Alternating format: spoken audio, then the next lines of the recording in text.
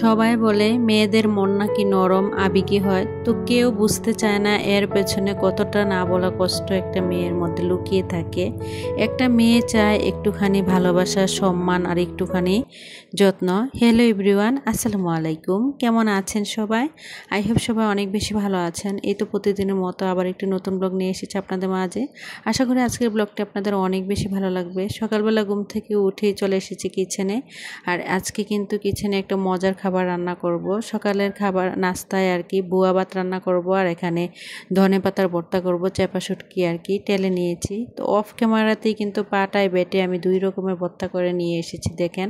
আর ভর্তাগুলো দেখতে কিন্তু এতটা বেশি লোভনীয় হয়েছে কি বলবো, খেতেও কিন্তু অনেক বেশি মজা হয়েছিল। আর এখন যেহেতু প্রায় শীতকাল চলেই এসেছে, শীতকালে সকালবেলা বুয়া ভাতের সাথে এরকম ভর্তা থাকলে তো আর কোনো কথাই নেই, একদম জমে যায়। আর আপনাদের ভাইয়া তো অনেক বেশি পছন্দ করে। আগের দিন রাতের বেলায় তাকে জিজ্ঞাসা করছিলাম কি দিয়ে নাস্তা করবেন, তো উনি বলেছিল যে বুয়া ভাতের সাথে ভর্তা করো, ভর্তা দিয়ে আর কি বুয়া ভাত খাবো। তো যাই হোক, যাই কথা সেই, মানে যেই বাবা সেই কথা সেই কাজ।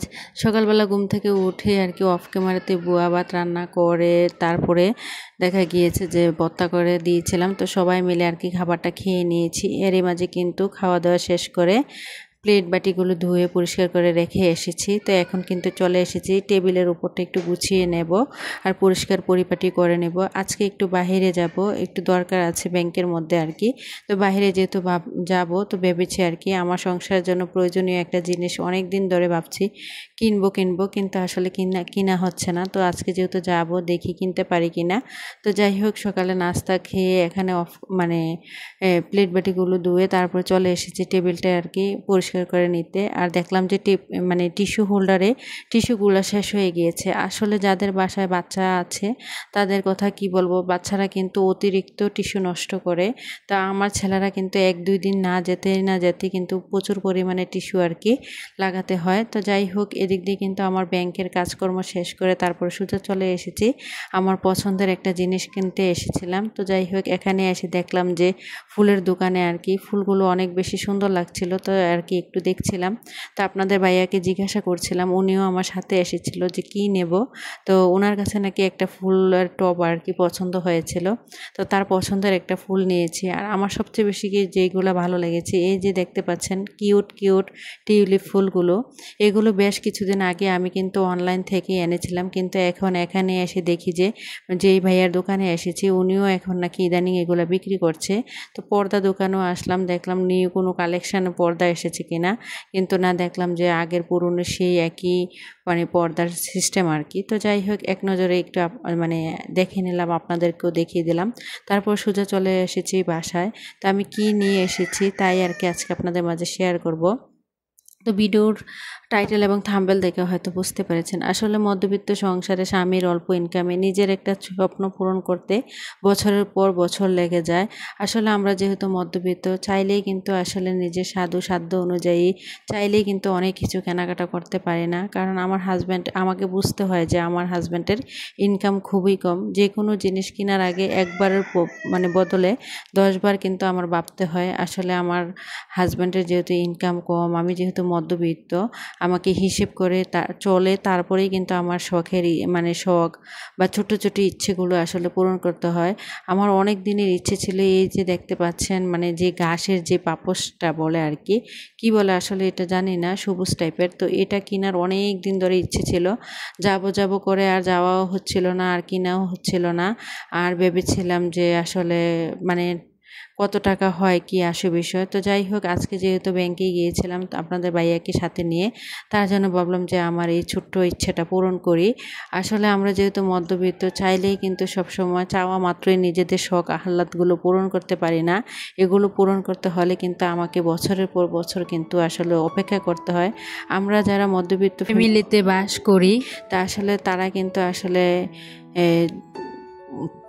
চাইলেই কিন্তু নিজেদের ইচ্ছেগুলো চাওয়া মাত্রই আসলে পূরণ করতে পারি না। আমার অনেক দিনের ইচ্ছে ছিল একটা ওয়াশিং মেশিন নেব, কিন্তু তাও কিন্তু পারছি না। শুধুমাত্র হাজব্যান্ডের মুখের দিকে তাকিয়ে আমাকে বুঝতে হয় যে আমার হাজব্যান্ডের ইনকাম কম।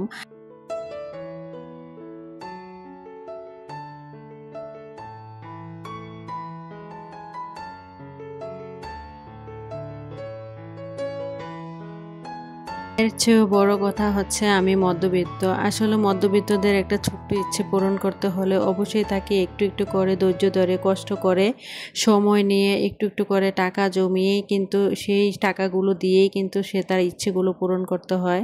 আমরা যারা আসলে মধ্যবিত্ততে মানে আছি তাদের হচ্ছে সবচেয়ে জ্বালা। কারণ কি জানেন, এই পৃথিবীতে বড়লোকদের কিন্তু মানে কথা কি বলবো, নিম্নবিত্তদের কথা তো আসলে বলাই যায় না। কারণ তারা যখন বিপদে পড়ে অন্যের কাছে কিন্তু খুব সহজেই হাত পাততে পারে। আমরা যারা মধ্যবিত্ত আছি আসলে না পারি মুখ ফুটে কারো কাছে কোনো কিছু বলতে, না পারি কারো কাছে কোনো কিছু চাইতে। নিজেদের ছোট্ট ইচ্ছেগুলো পূরণ করতে হলে নিজেরা কষ্ট করে ধৈর্য ধরে একটু একটু করে টাকা পয়সা সেভিংস করে অনেকটা সময় নিয়ে কিন্তু নিজেদের ইচ্ছেগুলো পূরণ করতে হয়। তা আসলে চেষ্টা করছি একটু একটু করে টাকা জমিয়ে নিজের ছোট্ট ছোট্ট ইচ্ছেগুলো পূরণ করার জন্য। তবে জানি না আল্লাহ তাআলা কবে কখন আমার এই মনের ইচ্ছেগুলো পূরণ করবে। আর যদি কখনো করে অবশ্যই আপনাদের সাথে শেয়ার করব। তো যাই হোক, এদিক দিয়ে কিন্তু দেখলাম যে আমার মানে ওয়াল ক্যাবিনেটের গ্লাসগুলো এত বেশি নোংরা হয়ে আছে। আসলে গ্লাসের মধ্যে কিন্তু ময়লা হয়ে গেলে একদম মানে খুব মানে দেখতে অনেকটা বেশি খারাপ লাগে।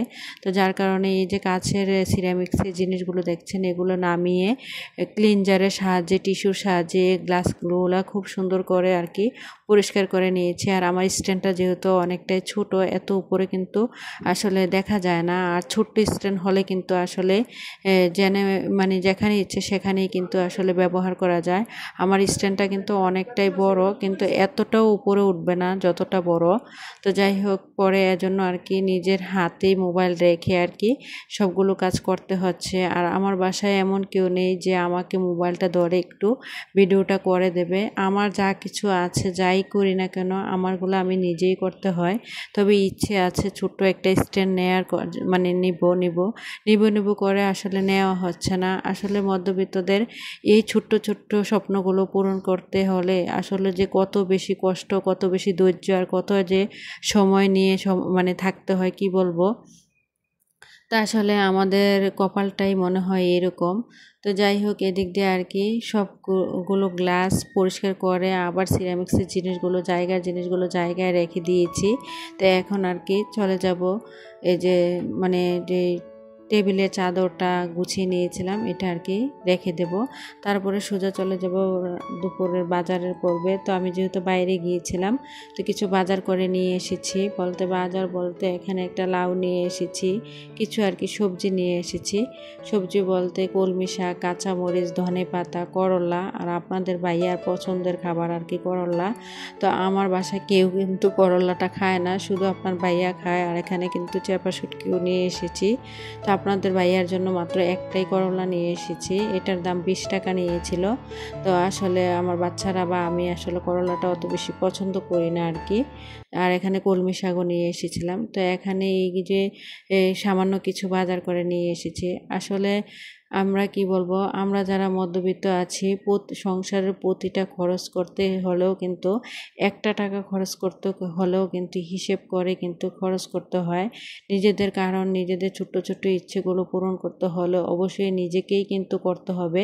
আর সেগুলো করার জন্য কিন্তু নিজেকে একটু একটু করে কিন্তু টাকা পয়সা সেভিং করতে হয়, টাকা পয়সা রাখতে হয়। আর সেই জমানো টাকা দিয়েই কিন্তু আমি আমার ছোট্ট ইচ্ছেগুলো পূরণ করি। হয়তো অনেকটা সময় লেগে যায়, তাও কিচ্ছু করার নাই, কারণ আমাকে বুঝতে হবে আমি মধ্যবিত্ত মিডল ক্লাস ফ্যামিলির বউ।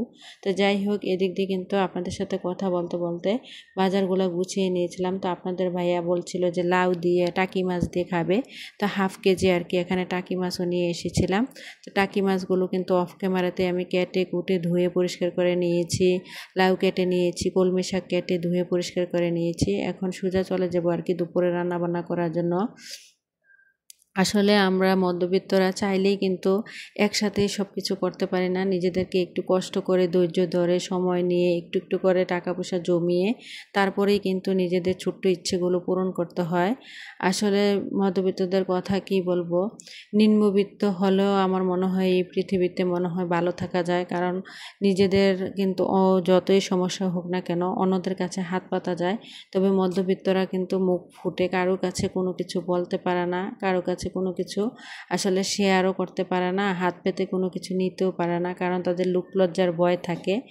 তো যাই হোক, আমরা কিন্তু যেহেতু মধ্যবিত্ত, আমাদের সংসারটাকে কিভাবে সুন্দর করে চালাবো বা সংসারটাকে সুন্দর করে চালিয়ে নিজের ছোট ছোট ইচ্ছেগুলো স্বপ্নগুলো পূরণ করব, কিভাবে টাকা সেভিং করব, সব কিছুই কিন্তু আমাদেরকেই কিন্তু পূরণ আমাদের স্বপ্নগুলো কিন্তু আমাদেরকেই পূরণ করতে হয়। আমাদের স্বপ্নগুলো পূরণ করার মতো এই পৃথিবীতে মনে হয় আর কেউই থাকে না একমাত্র আল্লাহ ছাড়া। তবে জানি না আল্লাহ তাআলা আমাকে আর কত বেশি ধৈর্য নেবেন বা ধৈর্য দিবেন। তো যাই হোক, এদিক দিয়ে আপনাদের সাথে কথা বলতে বলতে কিন্তু লাউ তরকারিটা রান্না করে নিয়েছি। আর আজকে কিন্তু খুবই সিম্পল রান্না বান্না, আপনাদের ভাইয়ার খুবই পছন্দের খাবার লাউ। আর উনি বলেছিল যে কলমি শাক খাবে, তো কলমি শাক ভাজা করব। আসলে যারা প্রবাসী থাকে তারা কিন্তু শাকসবজি জিনিসটা আসলে চাইলেও খেতে পারে না। তো দেশে যখন আসে আমি সবসময় চেষ্টা করি আমার হাজব্যান্ডের পছন্দের খাবারগুলো রান্না করে তাকে খাওয়ানোর জন্য। তারা আসলে সারাদিন নিজের কাজ করে এসে নিজেদের রান্না বান্না করে নিজেরাই খেতে হয়, যার কারণে দেখা গিয়েছে অলসতা করেও কিন্তু তারা শাকসবজি জিনিসটা খুবই কম পরিমাণে খায়। তো যেহেতু দেশে আছে, তো উনি কিন্তু মাছ মাংস একদমই পছন্দ করে না। তো ওনার কাছে নাকি শাকসবজি বেশি পছন্দের। তো যাই হোক, ওনার পছন্দের খাবারগুলোই আমি সবসময় চেষ্টা করি যতদিন বাসায় থাকে ততদিন আর কি রান্না করে দেওয়ার জন্য। তো এদিক দিয়ে আর কি দুপুরে রান্না বান্না শেষ করে নিয়েছি। তো দেখতে দেখতে কিন্তু এখানে এক এক করে সবকিছু আর কি খাবার টেবিলে দিয়ে দিয়েছি, সবাই মিলে এখন খাবারটা খেয়ে নেব। ভিডিওটা এই পর্যন্তই, সবাই ভালো থাকবেন, খোদা হাফেজ, আসসালামু আলাইকুম।